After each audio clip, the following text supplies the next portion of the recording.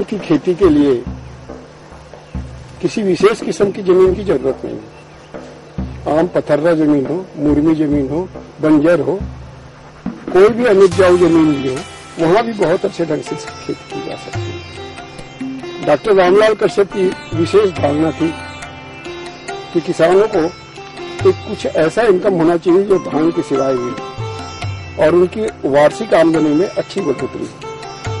उन्होंने मुझे जो समझाया था वह बहुत ही प्रेरणास्पद था।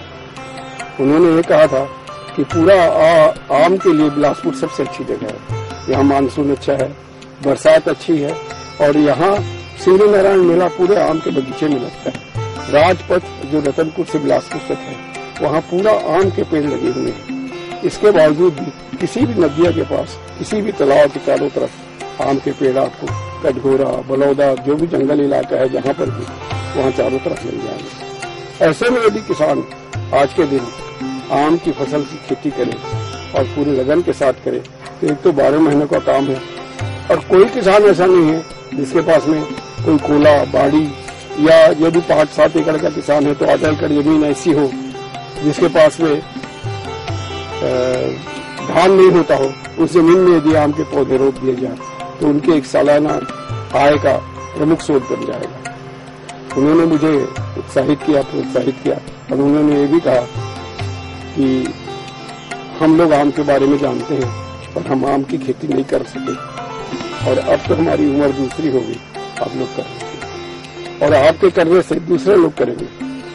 मैंने कहा मैं नहीं जानता करीब करीब, तो बोले जानते तो हम हैं, करना आपको। आज उन्हीं की प्रेरणा का यह सुफल है कि हम इस बंजर जमीन में आम के पौधे लहला रहे हैं। यहाँ लगभग अभी तक 160 टन, यानी लगभग 1 लाख किलो तक आम हो सकता है। वैसे 1,60,000 होता है, हम मान के चलते हैं कि उतना तो कम भी हो सकता है। कई बार इंटरनेट वेरिंग आती है। एक और बात है, लोग कहते हैं 5 साल तक यदि इनकम नहीं होगी किसान कैसे जिएगा।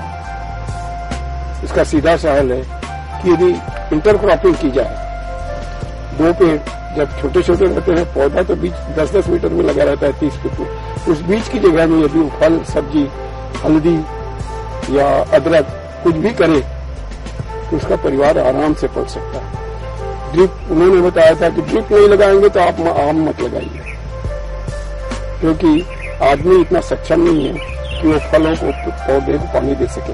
अपने घर में गाय पालता है, उसको तो दाना नहीं दे सकता वो, तो आम के पौधों को कहाँ दे सकेगा।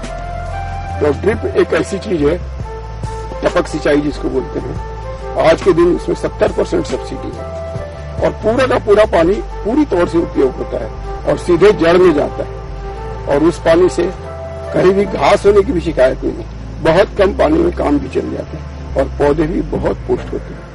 मैंने ड्रिप लगवाया था और उसी का परिणाम है कि आज ये लहला रहा है। उन्होंने और भी कई बातें खास बताई थी कि बिल ब्रेक होना चाहिए, चाहे बगीचा 1 एकड़ का हो, चाहे आधा एकड़ का हो, चाहे 5 एकड़ का हो, चाहे 50 एकड़ का हो। चारों तरफ ऐसे सघन पौधे बांस के, नीम के, खम्हार के या नीलगिरी के लगाने चाहिए, जिससे अंधड़ से आम के पौधों को नुकसान मत हो। आम थोड़ा मोड़ा गिर जाए वो दूसरी बात। उन्होंने और भी बहुत सी बात बताई थी कि वाटर बॉडी होना चाहिए। यदि पानी बाहर बहेगा तो आपकी बोरिंग सूख जाएगी, और बोरिंग सूख जाएगी तो उसका कोई पानी नहीं। इसलिए उन्होंने एक वाटर बॉडी भी बनवाई है, और हमारे यहाँ पिछले 18 साल में कभी पानी की कोई दिक्कत नहीं। उनका आशीर्वाद है कि आज ये बगीचा लहला रहा है। और मेरे लिए बताने लायक खास बात यही है कि इस बगीचे लगने के बाद 44 बगीचे लग चुके हैं, कुछ कोरबा में, कुछ रायगढ़ में और कुछ बिलासपुर। 26 बगीचे तो सिर्फ बिलासपुर में लगे। ये लगभग यहाँ 1700 पेड़ हैं आम के। इसके सिवाय चीकू है, मुनगा है 400 पेड़, अमरूद है, आंवला है, काजू है, कटहल है, सब है। सब मिलाकर के 3000 पेड़ फलों के हैं, और 5000 पेड़ खमार, नीलगिरी, बांस, नीम इसके हैं। इस तरह से ये 8000 पेड़ों का एक जंगल है। यहाँ 15-16 किस्म के आम हैं, जिसमें खास है दशहरी, लंगड़ा, और विशेष रूप से छत्तीसगढ़ में पहली बार जिसको लोग विश्वास नहीं करते। यहाँ अल्फांसो की फसल बहुत अच्छी होती है, किसी भी मामले में रत्नागिरी से कम नहीं। रत्नागिरी के 2 साइंटिस्ट आए थे रायपुर प्रदर्शनी में, डॉक्टर हेमंत सावंत और डॉक्टर जोशी। उन्होंने मेरे आम को रत्नागिरी के आम से समकक्ष बताया था, या ऐसा कहा था कि यह आम पूरी तौर से एक्सपोर्ट क्वालिटी है। तो विशेष कहने में यह है कि आम का पौधा लगाइए, जो डॉक्टर साहब बताया करते थे, कश्यप जी, डॉक्टर रामलाल कश्यप। उसमें विशेष बात यही थी कि पौधा लगाइए, प्रकृति से जुड़िए, आपका जीवन शांति से गुजरेगा और वरुण देवता खुश होंगे, इंद्र देवता खुश होंगे। आप जनमानस के लिए पर्यावरण के प्रदूषण होने से बचाने में एक अच्छी भूमिका निभा सकेंगे।